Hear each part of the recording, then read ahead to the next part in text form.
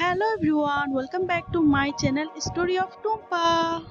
বব্বু ফুয়া বিয়ে করানোর পরে আমি তো সংসারের ব্যাগ দায়িত্ব ফুয়ার বউরে দিয়ালা হই যে তোমার ঘর তোমার সংসার তোর তো জেললে মনে হয় এরকম করি তুই তাকিবে কোনো সমস্যা নাই তোর তো জিয়ান মনে হয় ইয়ান লান দিবে জেললে বই তো মনে হয় এরকম করবে এবার তো তো লাগুম করিব ইয়ান ইবের ঘর ইয়ান ইবের সংসার ন বব্বু আই ঠিক খতানো হই। হ্যাঁ ফুফু, আম্মা একদম সঠিক কথাই বলেছে। যেদিন আমি এই সংসারে নতুন বউ হয়ে এসেছি সেদিন থেকে না আম্মা সবগুলো দায়িত্ব আমাকে দিয়ে দিয়েছে। কিন্তু ওই কথাটা আলাদা, প্রত্যেকদিন সকালে কি নাস্তা বানাতে হবে, দুপুরে কি খাবার রান্না করব, রাতের জন্য কি খাবার রান্না করব, কে কি খাবে, এগুলো সবগুলো আম্মা ঠিক করে দেয়।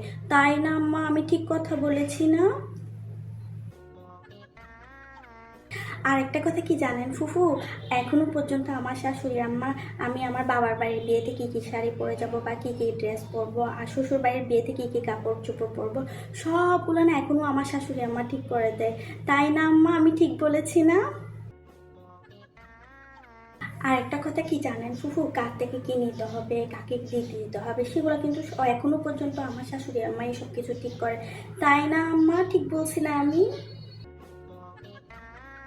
ঘরের কোন জিনিস কোথায় রাখবো, এগুলো সবগুলা কিন্তু এখনো পর্যন্ত আমার শাশুড়ি আম্মাই ঠিক করে দেয়।